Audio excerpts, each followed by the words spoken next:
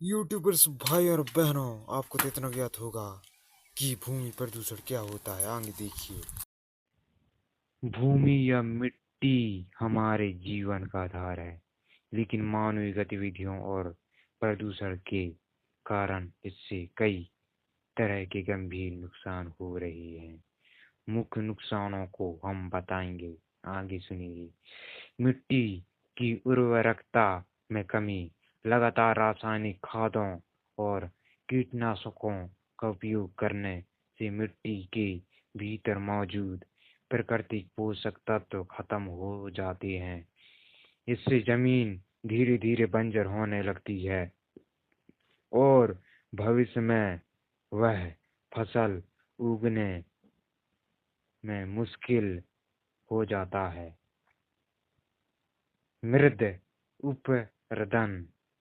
जब हम वनों की कटाई करते हैं तो पेड़ों की जड़ें मिट्टी को पकड़ कर नहीं रखती है, जिसके कारण तेज बारिश के साथ उपजाऊ मिट्टी बह जाती है। तेज हवा मिट्टी की ऊपरी परत को उड़ा ले जाता है। इससे मिट्टी का कटाव या मृद अपरदन कहते हैं, जिससे जमीन खेती के लायक नहीं बचती। लवणीकरण। खेत में बहुत अधिक सिंचाई करने या जल निकासी की सही व्यवस्था न होने से मिट्टी के ऊपरी नमक की एक सफेद परत जमा जाती है। इससे रहे या कलर भूमि भी कहते हैं। अधिक नमक होने के कारण पौधा सूख जाते हैं और जमीन अपनी उत्पादकता खो देती है। मरुस्थलीकरण। प्रदूषण, चराई और पेड़ों की कमी के कारण उपजाऊ भूमि धीरे धीरे रेगिस्तान में बदल जाती है। यह भूमि के लिए सबसे बड़ा नुकसान है, क्योंकि एक बार जमीन मरुस्थल बन जाए तो उसे वापस हर हरा भरा करना बहुत कठिन होता है। भारू दुनियावी इतना हर व्यक्ति ऐसा कभी सोचा है क्या, जाना है क्या? आगे देखिए। यू यूट्यूब पे भाई और बहनों, ये जानकारी अच्छा लगे तो ठीक है। अगर मेरे इन शब्दों में त्रुटि हो तो कृपया क्षमा कर देना। यह है आपसे आग्रह अनुरोध है। भूमि प्रदूषण का अर्थ है मिट्टी की गुणवत्ता में गिरावट आना। जब मिट्टी में हानिकारक रासायनिक विषाक्त पदार्थ अवांछित तत्व इतनी मात्रा में मिल जाते हैं कि वे मानव स्वास्थ्य और पेड़ पौधा से लेकर सूक्ष्म जीव पर बुरा प्रभाव डालते हैं, तो इसे भूमि प्रदूषण कहा जाता है। भूमि प्रदूषण के मुख्य कारण, प्रभाव और समाधान नीचे दी गए हैं। भूमि प्रदूषण के प्रमुख कारण। भूमि मिट्टी के प्रदूषण होने के पीछे कई मानवीय और प्राकृतिक गतिविधियां जिम्मेदार है। औद्योगिक अपशिष्ट, फैक्ट्रियों से निकलने वाले रासायनिक कचरा और भारी धातुएं जैसे सीसा पारा सीधे मिट्टी में मिल जाते हैं।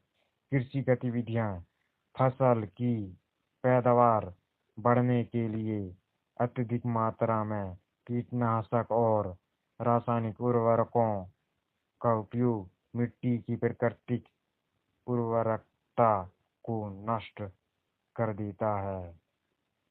शहरी कचरा, प्लास्टिक, कांच, इलेक्ट्रॉनिक कचरा और घरेलू गंदगी का सही निरंतर न होना।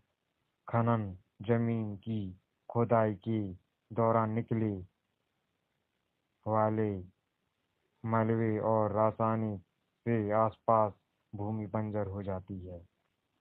वनों की कटाई, पेड़ों के काटने से मिट्टी की ऊपरी परत जैसी सबसे उपजाऊ होती है, हवा और पानी के साथ बह जाती है। भूमि प्रदूषण के हानिकारक प्रभाव। यह प्रदूषण केवल जमीन तक सीमित नहीं रहता, बल्कि पूरी पारिस्थितिकी तंत्र को प्रभावित करता है। कृषि पर प्रभाव। मिट्टी की उपजाऊ शक्ति कम हो जाती है, जिससे फसलों की पैदावार और गुणवत्ता गिर जाती है। स्वास्थ्य समस्या। मिट्टी में मिलने में उगी सब्जी और अचानक के माध्यम से हानिकारक रासायनिक मानव शरीर में पहुंचकर कैंसर और त्वचा रोगों जैसी बीमारी गंभीर पैदा कर सकता है। जल प्रदूषण। वर्षा के समय मिट्टी के प्रदूषित तत्व बाहर नदियों और भूजल में मिल जाते हैं। पारिस्थितिकी तंत्र का असंतुलन। मिट्टी में रहने वाले केंचुए और अन्य सहायक सूक्ष्म जीव मर जाते हैं, जिससे प्राकृतिक चक्र बिगड़ जाता है। रोकथाम का उपाय। भूमि प्रदूषण को नियंत्रित करने के लिए निम्नलिखित कदम उठाए जा सकते हैं। जैविक खेती। रासायनिक खाद के बजाय गोबर की खाद और कंपोस्ट का उपयोग करना। कचरा प्रबंधन। प्लास्टिक और कांच जैसी वस्तुओं का पुनर्चक्रण करना और सूखे व गले कचरे को अगला अगला निपटाना। वनीकरण। अधिक से अधिक पेड़ लगाना ताकि मिट्टी का टकराव रुक जा सके। औद्योगिक उपचार। कारखानों के कचरे को मिट्टी में डालने से पहले उसे उपचारित करके हानिकारक रसायनों को मुक्त करना। जागरूकता। लोगों को प्लास्टिक के कम उपयोग और पर्यावरण संरक्षण के प्रति शिक्षित करना। लेकिन भाई और बहनों, आपको तो इतना ज्ञात होगा ही कि हर व्यक्ति अपने फायदे के बारे में सोचता है, भूमि प्रदूषण के बारे में सोचता ही नहीं। जब झिल्लियों के ऐसे यारफत फेंक देते हैं, आप तो कभी सोचा है क्या, जाना है क्या? अब आगे सुनिए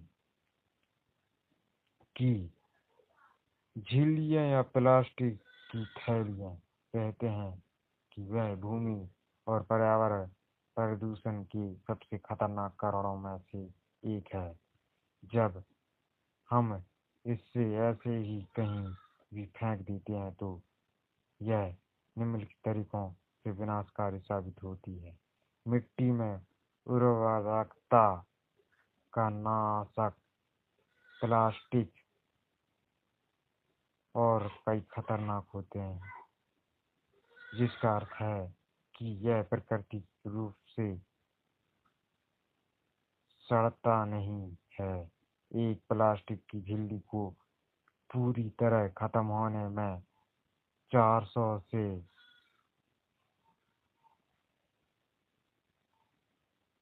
1000 साल लग सकते हैं। जब यह मिट्टी में दबाव जाती है तो यह जानकारी इतने तक था। भाई और बहनों, यह जानकारी अच्छा लगा तो ठीक है। अगर त्रुटि हो चुका है इन शब्दों में तो कृपया एक व्यक्ति की क्षमा कर देना। और आगे देखिए। पशु पक्षियों के लिए घातक। सड़कों या कचरे के पर फेंके गई झिल्ली में अक्सर खाने के अंश रहते हैं। गाय, कुत्ते या अन्य लावारिस पशु खाने के लिए लालच में इन झिल्लियों को भी निकल जाते हैं।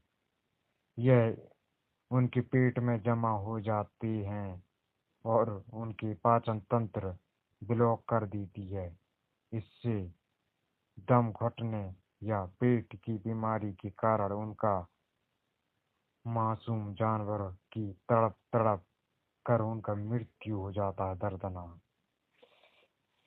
जल निवासी में प्रबंध आप सब जानते हो दोस्तों। अक्सर लोग नालियों के पास झिल्लियों फेंक देते हैं। बारिश के समय ये झिल्ली नालियों और सीवर पाइपों में फंस जाते हैं।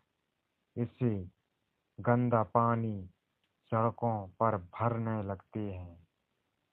रुके हुए पानी में मच्छर पनपते हैं, जिससे मलेरिया और डेंगू जैसी बीमारी फैलती है। सूक्ष्म प्लास्टिक एक समय के साथ ये झिल्लियां धूप और घर्षण से छोटे छोटे टुकड़ों में हो जाते हैं, जिनसे माइक्रोटिक कहते हैं। ये कण मिट्टी से होते हैं, हमारी फसलों और फिर हमारे भोजन थाली तक पहुंच जाते हैं। वैज्ञानिक के अनुसार यह सूक्ष्म जीव कण कैंसर जैसी गंभीर बीमारी के कारण बनते हैं। लेकिन यह जानकारी आपको अच्छा लगे दोस्तों और भाई और बहनों, तो ठीक है, आप पर निर्भर करता है। छुट्टी करते हैं भाई और बहनों। यूट्यूब वीडियो आप देखिए जरा।